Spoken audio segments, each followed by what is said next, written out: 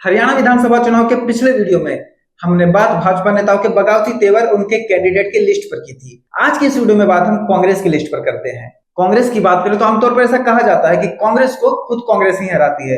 अगर आप कांग्रेस और हरियाणा की राजनीति से वाकिफ हैं, तो आप काफी हद तक इस बात से सहमत होंगे। हरियाणा में कांग्रेस के दो गुट चलते हैं, भूपेंद्र हुड्डा का गुट और दूसरा एसआरके गुट। एसआरके गुट का मतलब है कुमारी सैलजा, रणदीप सुरजेवाला और किरण चौधरी। हालांकि महीने भर पहले ही किरण चौधरी कांग्रेस छोड़कर भाजपा में शामिल हो चुकी हैं।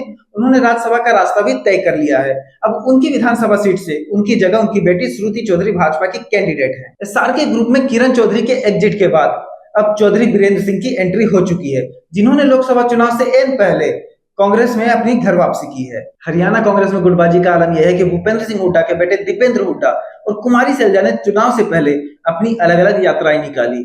दोनों गुट के नेताओं ने ही एक दूसरे की यात्राओं से पूरी तरीके से दूरी बना के रखी। यहाँ तक कि अपने पोस्टर में भी एक दूसरे के गुट के नेताओं को इन्होंने जगह नहीं दी। कुमारी सैलजा कई बार मुख्यमंत्री बनने की अपनी इच्छा सार्वजनिक रूप से जाहिर कर चुकी है, लेकिन आज भी हरियाणा कांग्रेस में भूपेंद्र हुड्डा का तगड़ा वर्चस्व है और हाल ही में जो टिकट वितरण हुआ है उसमें यह साफ तौर पर नजर भी आता है। हरियाणा विधानसभा की 90 सीटों में से 72 सीट पर भूपेंद्र हुड्डा गुट के समर्थक चुनाव लड़ रहे हैं, जबकि कुमारी सैलजा सिर्फ अपने 9 समर्थकों को ही टिकट दिलवा सकी। रणदीप सुरजेवाला के हिस्से में सिर्फ 2 सीट आई है।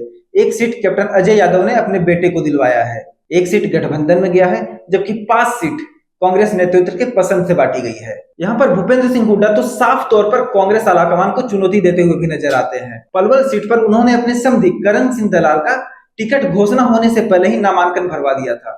ऐसा ही कुछ महीने पहले करनाल विधानसभा के उपचुनाव में भी उन्होंने किया था। कांग्रेस ने भाजपा की तरफ बगावत से बचने के लिए माइंड गेम खेला और नामांकन के आखिरी घंटों तक टिकट की घोषणा की। जहां विरोधी इसे कांग्रेस की कमजोरी बताकर कांग्रेस का मजाक बना रहे हैं, वहीं कुछ रणनीतिकार इसे कांग्रेस का मास्टर स्ट्रोक बता रहे हैं। वैसे कांग्रेस की यह रणनीति कांग्रेस के लिए काफी सफल साबित हुई, क्योंकि भाजपा नेताओं की तरफ बगावती रुख अपनाने के लिए कांग्रेस नेताओं के पास समय ही नहीं बचा, क्योंकि जब तक ये बगावती रुख अपनाते तब तक नामांकन की डेट ही निकल चुकी थी। हालांकि कांग्रेस टिकट घोषणा में भाजपा से पीछे रही, इसलिए बगावत की खबरें भी भाजपा से कम हैं। पिछले 10 साल से कांग्रेस हरियाणा में सत्ता से दूर है और इस 10 साल में कांग्रेस के काफी सारे नेता अपने समर्थकों के साथ कांग्रेस छोड़कर भाजपा में शामिल हो चुके हैं। हालांकि कांग्रेस अभी तक चुनाव में भाजपा से आगे चल रही है, लेकिन अगर आप कांग्रेस की राजनीति को समझते हैं तो आप ये जानते होंगे कि जीती हुई बाजी को हारना कांग्रेस को बखूबी आता है। मुझे दीजिए इजाजत। आपको ये वीडियो कैसी लगी कमेंट बॉक्स में अपने सुझाव जरूर दीजिएगा।